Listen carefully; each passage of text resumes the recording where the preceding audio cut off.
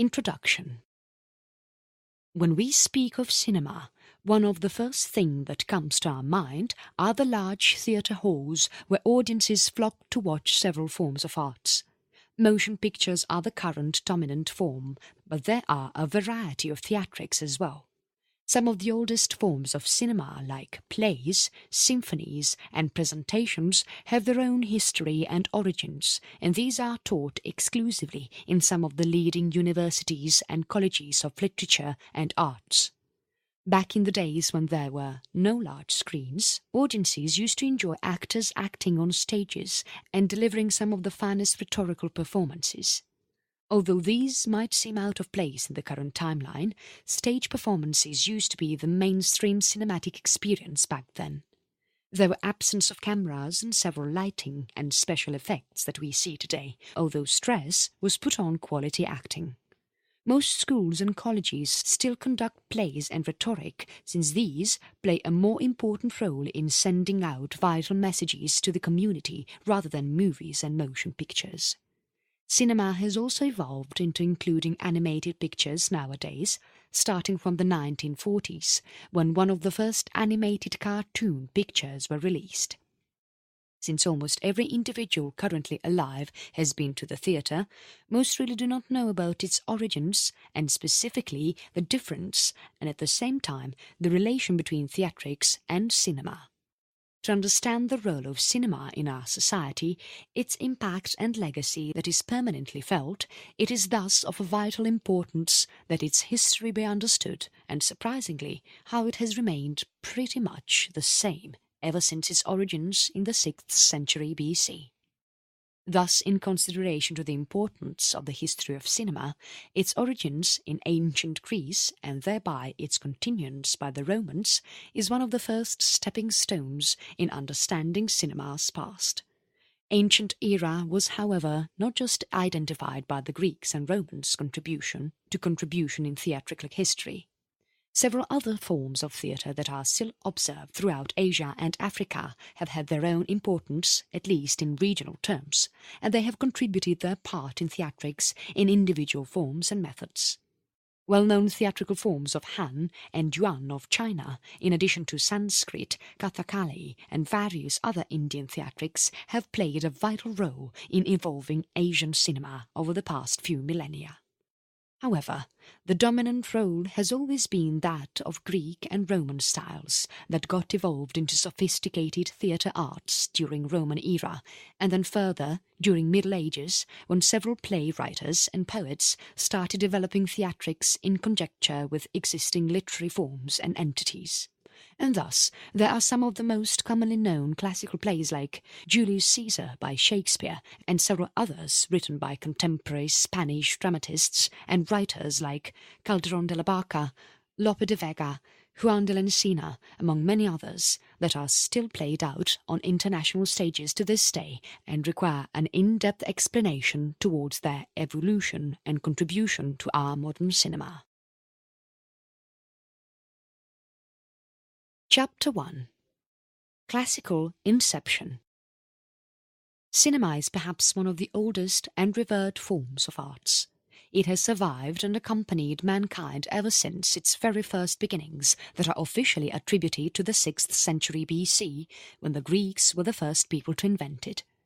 Credit being thus given to them, what we see today in our modern-day theatres and cinemas, with all the special effects and eye candy, goes all the way back to ancient Greece in the city of Athens, where the very first actors laid out their theatrical performances at stages and Greek theatres that still stand today on the city's outskirts. Little is actually known about these very first performances. Unlike most theatrics and motion pictures of today that list our credits in the end involving the whole crew, back then, scribes and casual writers used to store the details. Since these were more prone to destruction and mishandling, their whereabouts still remain unknown. It might be of some people's opinion that history has been unfair to those unsung actors and dramatists who invented cinema for the first time, but it is rather not surprising that records that date back to the 5th and 6th century are liable to remain obscure. What is actually known is that certain dramatists like Aeschylus, Sophocles and Euripides were some of the best and earliest known writers. The nature of theatrics and cinema was somewhat different than our modern-day concept and also less frequent. Most performances and plays related to nature and all its elements, wild animals, so and so forth. Greek theatre was primarily distinguished by three categories, where dramatists agree still exist pretty much the same manner in our modern times.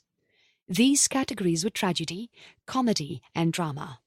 Three of these genres are some of the most commonly seen and dominant genres even to this day, with drama being one of the highest watched. During the classical period of Greece, when city-states like Athens, Sparta and Thessalonica play the most part in shaping further the Greek civilization, these plays and performances used to be limited only for certain festivals and social gatherings. Athens was never a purely monarchical state, so most functions here were state-sponsored. Greek city-states also had differing cultures and value setups. While Athenians were more of a commercial, trading people with expansionist beliefs, states like Sparta and Thessalonica were more localized and practiced different values than the rest. Sparta, for example, was more of a militaristic state, with stress laid on maintaining itself as a state, with the military playing the dominant role. Now, in this classical period, Athens probably shaped Greek culture more than anyone else. Athens was a wealthy and a large city-state and exercised political influence over its contemporaries. At some point of time, Athenians had also dreamt of uniting Greece under the Athenian banner, although they failed in that aspect. Such circumstances had direct cultural implications on Greek society and cinema. Since Athens distinguished itself as the most culturally rich Greek state, several writers and dramatists that we read about mostly belonged to this state. In the history of cinema, Athenians are thus given important credits for inventing cinema and theatrics and also keeping it as an art that would survive for most part of human history. Archaeology has been extensively executed in this aspect, and several plays and scripts of those times have been unearthed. What most people might have imagined as non-existent, there are only 32 of over 1,000 plays that have been kept safe and secure at several museums. The rest have through time been destroyed. The three authors listed above themselves have had an unfortunate telling in that quite an appreciable portion of their contribution has not been able to uncover. One of the primary reasons why cinema thrived in the old days was because of the prestige and importance they carried socially and politically. Most of these performances related to mythology and, as already been described above, nature and its elements. Wars and heroes were another popular topic, as also satire plays and theatrics that could have acted as political propaganda. Whatever might be the motive behind those performances, these were mostly staged during special occasions like festivals and gatherings commissioned by leading individuals and statesmen. Performances were finally executed during festivals. For example, during the festival of Dionysus, the god of fertility and wine. Special competitions were held in this regard in the city's Dionysia. Dramatists participating in the competition were required to present a tetralogy of plays that included 3 tragedies and 1 satyr play. The festival of Dionysus was not the only festival of ancient Greece. Like all other contemporary ancient societies, it too followed a widely varying festival culture with importance of each one people's perceptions, values and beliefs. Athens itself was a classical city with a classical culture. Most of the Greek mythology that is taught and is read by millions today is mostly an Athenian contribution. Old Greek theatre was more or less based on these mythologies produced by Athens. The best-known Athenian form of theatre was the tragedy that involved intense performances by several actors on various stories and dramas of that era. Although much of these performances have disappeared, archaeologists still have clues on their contextual aspect, with close to only 30 being survived till now. Perhaps the most famous of these tragic plays is The Persians, a tragedy that involved the reaction of Persians at their defeat at Battle of Salamis in 480 BC. The Persians is also one of the noted exception when it comes to dramatizing tragic events. This play was strictly based on true facts with tragic incidents of the battle that took place just 8 years prior to the performing of this play. Most Athenian performances that related to the tragedy genre were more mythological than real. The Persians was an exception. In 472 BC, the year that Aeschylus won the first prize for his tragic plays, his work was also immortalized. More than a century later, Aristotle appreciated Aeschylus' work and wrote an analysis on it, known as Poetics, written down in 335 BC, around the same time when Macedonians had well established a Hellenist regime in almost all of Middle East, Eastern Central Asia, all the way to the gates of India. His theories on plays and performances, with his usual rhetoric, for which he is considered to be one of its founding fathers, were influential enough to lay down an imprint on Asian theatre as well. During the time when the Greeks were reaching their zenith, the dominant power in the Middle East and Central Asia was held by Persians. Not much is known of Persian theatre, although performances were conducted at the pleasure of the Shah. Asian theatre, however, consisted of a number of other cultures as well. Theatrical performances during Vedic times was quite common in Indian kingdoms, and that is still observed to a considerable extent in Indian rural areas. Schools and local gatherings hold small skits and plays for the children to cherish, with several important events from the Mahabharata, Ramayana and several other ancient Indian texts being one of the most commonly observed themes. For most part, Greek theatre also might have had an influence on Indian performances as well. Since this culture was already prevalent in the subcontinent, the contact with the Greeks and their settlement around Balkh and Kabul regions, that were at the time categorized as being composed of Buddhist and Hindu populations, moulded theatrics just in the same manner as happened with other forms of art. Athenian tragedy would go on to relinquish and enjoy much popularity in the coming decades and centuries to come. As with all other art forms that survive the test of time, Greek theatre would henceforth get adopted by an even greater political power that was rising in the Mediterranean, just after Alexander's death. The Romans were now at the centre of everything, and they would ensure that theatre would permanently become a human art. Chapter 2. The Roman Advent. The Roman Empire reached its peak after almost a millennium of its inception. Coming from a small city-state that, legend has it, was primarily founded by Remus and Romulus, the Republic's beginnings were as chaotic and violent as its end. Rome is officially attributed to have founded around 300 BC. Its initial history is like any other civilization before it. The Republic basically started off as a small settlement that would in the coming centuries encompass almost whole of Western and Central Europe. It would also encompass for almost 5 centuries the areas of Anatolia and the adjoining regions of Georgia and Eurasia, northern Africa all the way to Morocco and Iberia. Rome's rule for close to 1,000 years is perhaps the stepping stone of European civilization. If the Greeks occupied the classical pages of mythology, Rome was the founder of actual Europe. Roman laws and governance styles of architecture and arts, and the literary influence, everything is still observed to this day. Latin is the official language of the Bible, and nearly every colonial landmark built to fascinate thousands has Roman-styled architecture. Similar to everything that has Roman influence, theatrics played an important role here too. Greek cinema simply remained limited and confined in spite of its grand performances and its establishment in Greek art as a sure form of entertainment. But the Greeks had their own limitations. Theatrics in their cities remained mostly state-sponsored and were carried out primarily during seasons and festivals. Some exceptions remained if a king or an influential personality would call for a performance. Although this had its own importance, the idea of state-sponsored stage performances got amplified only during Roman rule. If details need be listed out, Rome, in its initial stages, was more of a socialist republic, with the plebs contributing a major part in its development and expansion into the Italian peninsula.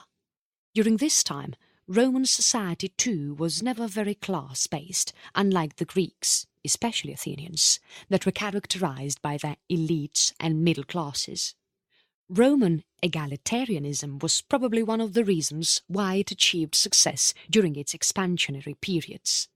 However, as happens with most old societies, Rome witnessed developments in its class systems as well. Several Roman families had now established themselves as some of the most influential of all.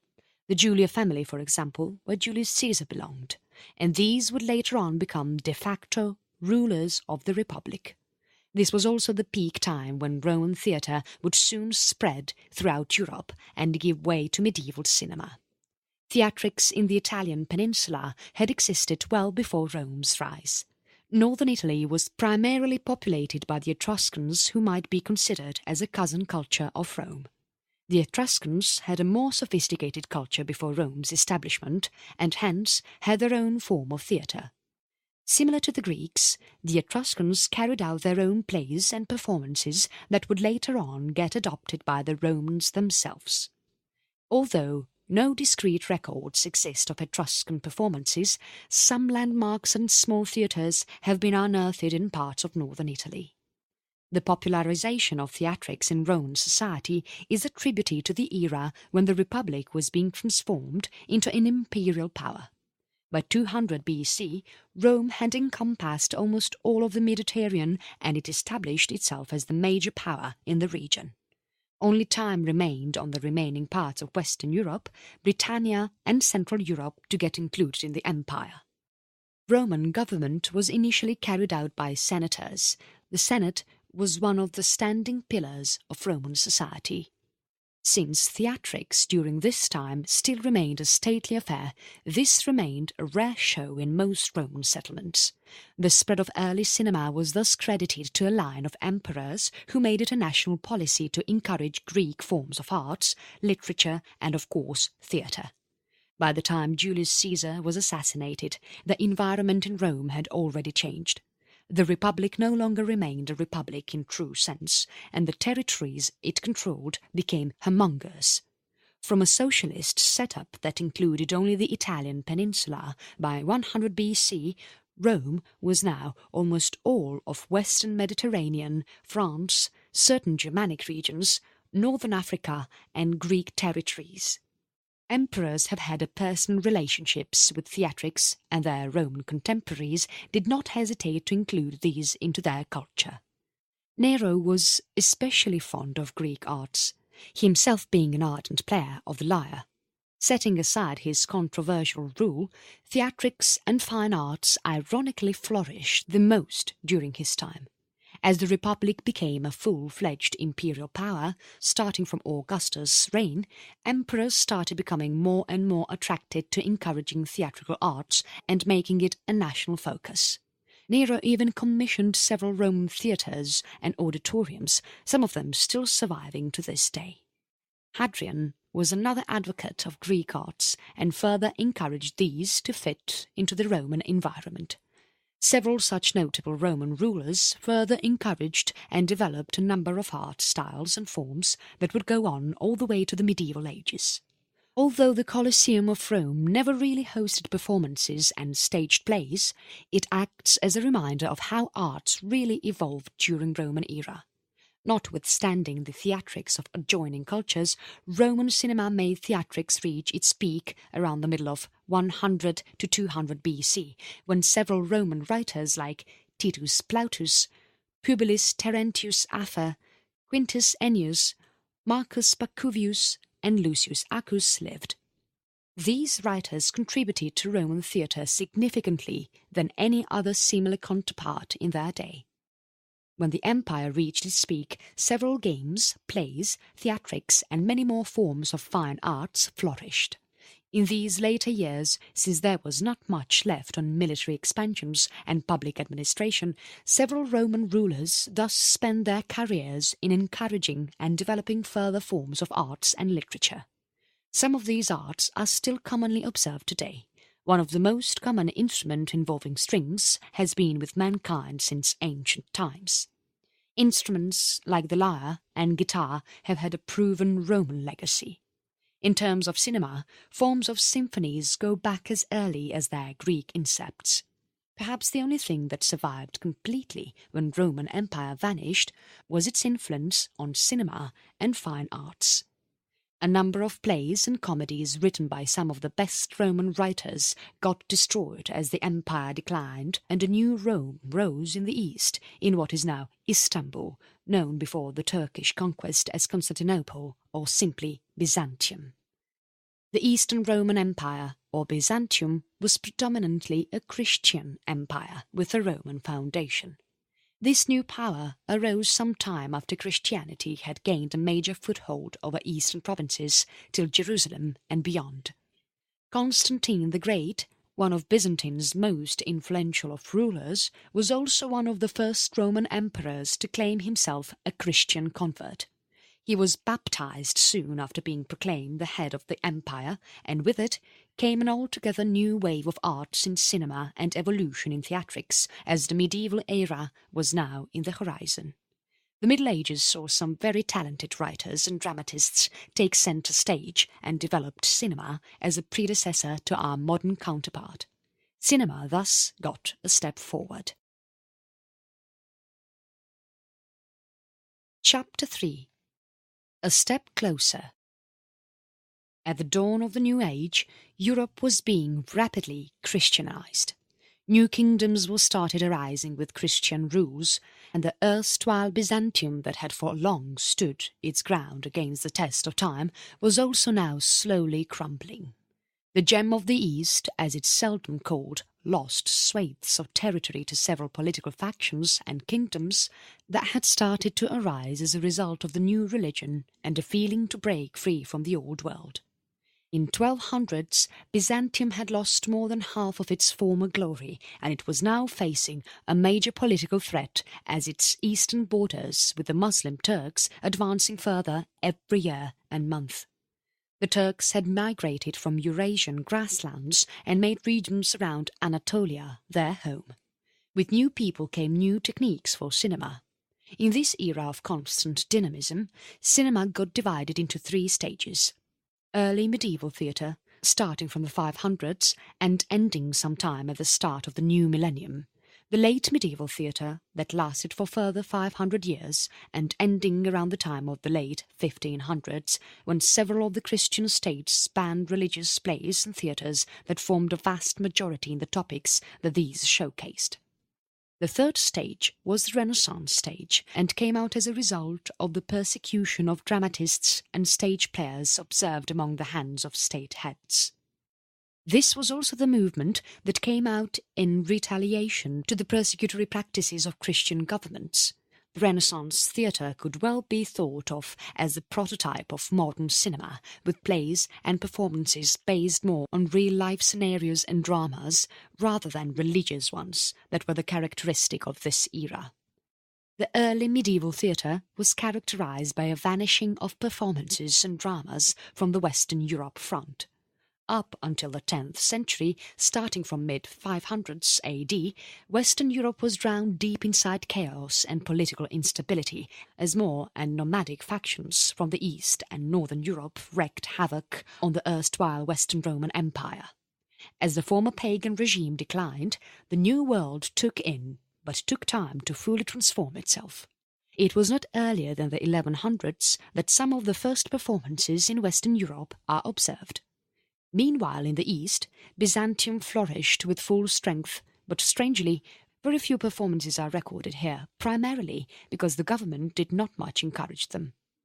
Local stages and small plays used to get conducted in the usual manner. In the western half of Europe, as Christianity got more and more hold of its lands, new styles of performances started becoming evident. This time, these plays were aimed at religious meetings and events from the Bible that shared the most importance. These dramatizations took place once or twice a year and were performed during important celebrations or during landmark days that had importance relating to the birth of an influential saint or a Christian leader. Some of the theatrics got characterized as purely vocal. There were no set performances, but rather actors who sang songs in a symphony. These performances earned their name as liturgical dramas. One of the most popular and still surviving was the Whom Do You Seek, composed around 925 AD by an unknown dramatist. Later, liturgical plays got some doses of short plays as Regularis Concordia, composed by Ethelwald of Winchester around 965 AD. More important than the early medieval drama was the evolution of theatre during the late medieval age, approximately 1100s to late 1500s. During this time, some of the most notable dramatists and playwrights lived, some of them like Shakespeare and Calderón de la Barca, often equated as a Spanish Shakespeare, among many others. The late medieval theatre was distinguished as having been evolved to a wide variety of genres of the existing ones. As can be remembered, when theatre was first born, there were no more than 3 genres, drama being the most popular. Up until the reign of Henry VIII, a number of theatrical guilds had developed, each one providing its own customized performance. The British Isles had become a popular hub of theatre development, and when added to it the development of medieval-era institutes that focused on literature and fine arts, Oxford, for example, a whole new aspect of theatrical development was discovered. The late medieval era was also one of the most important one for a number of socio-political factors. This was the time when the Church reigned at its peak and the Vatican had virtually established itself as the de facto when it came to religious affairs. Europe at this time of history was possibly more religious than it had been ever before. Catholic countries like Spain, Portugal and Tudor England exercised religious affairs with much zeal and energy. This was also the time when the legendary Crusades happened. Another most important factor was the formation of modern-day nations as we see today. Elizabeth had united British Isles to form Great Britain. France was finally united. The Turks had established themselves as the unchallenged power in the East, and Germans had settled down too. Europe for the first time received clearly laid out borders that remain pretty much the same today as they were back then. These developments and circumstances proved to be very fruitful for the people handling theatres. Distinction has to be made between cinema and theatrics, although both are very related terms. Cinema can be thought of as a performance complemented by a number of third-party factors. By the 1400s, theatrical performances remain mostly short and simple. The coming of some influential dramatists changed the way theatres functioned. Heavy focus was laid on how actors performed while increasing their numbers in an average performance, while also making sure there were special effects like minor explosions and artistic canvases that could make plays look and feel more real. Actors, costumes and makeups got their own increment as more, and people flocked town halls and temporary stages. Performances became more focused on a number of new topics ranging from the daily life of everyday people to the role played by the church, so on and so forth. One of the most dominant scenarios of this time were plays based on religious affairs. In 1500s, the Renaissance was gaining momentum, and this gave theatrical guilds a boost to earn more money by providing plays that made fun of the church, and in some extreme instances, even as a protesting stance on the church's discretionary approach towards the common people and its interfering nature in sovereign states. The fervour against the Church had gained such momentum that several Catholic nations gave decrees to ban such guilds and, if possible, to declare them as heretical. From 1560s to 1580s, all major powers of Western Europe had officially banned theatres that intended to perform on religious plays. This was a setback for many, but such decrees were very short-lived. Renaissance had skyrocketed and had completely debunked the approach of the Church. As several former Catholic nations started adopting Protestantism, a new breeze of life was breathed by theatres. By 1590s, in addition to the existing ones, a number of new groups had sprouted up. This was also the time when Spain saw its one and the only golden age in theatrical development. Scientific revolution was the next epic phase that would shape cinema in the coming centuries, and this would have a permanent, lasting effect. Performances were now more and more becoming popular and common, unlike the olden times when they were performed only during festivities and important schedules. Now, performances started getting newer tastes of art. Orchestrated symphonies and literary dramas were some genres that are attributed to have originated around this time. And there was no turning back. Chapter 4. The New Revolution, 1600s to present. With the advent of a totally new age, abandoning the influence of church, the theatre received a totally new overhaul. The world had suddenly become scientific and rational in its approach towards its thought process, and iconic personalities, like Leonardo da Vinci, energetically encouraged this revolution, urging people through their scientific theories and theorems to abandon the ways of the Church. With several of the Catholic nations now embracing Renaissance as their prima policy, theatres in England started developing with a pace observed never before.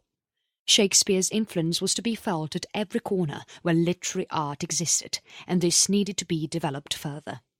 The age of exploration too had begun, and with it a new zeal of industrial development and economic liberation for every individual.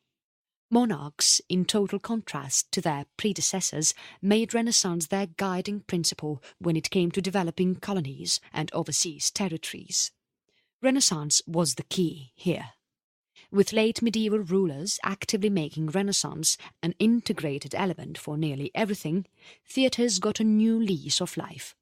As is very evident from the pages of history, several monarchs and aristocratic families of France, Britain, Spain and Italy started developing and encouraging theatrical developments for their own pleasure and enjoyment.